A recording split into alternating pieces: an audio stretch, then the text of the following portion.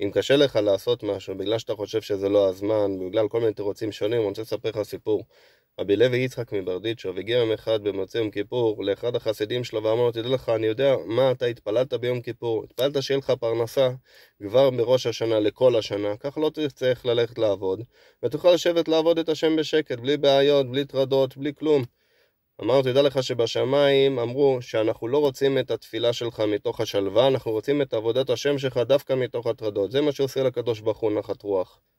לפעמים אנחנו מלאים בתירוצים למה לא להתחיל לעשות משהו. כי זה המוצר שלנו לא מושלם, השירות שלנו לא טוב מספיק, יש לנו יותר מדי טרדות על הראש, כל מיני תירוצים שמספרים לעצמנו למה לא להתחיל ולעשות מעשה בפועל. אנחנו מלאים בתירוצים.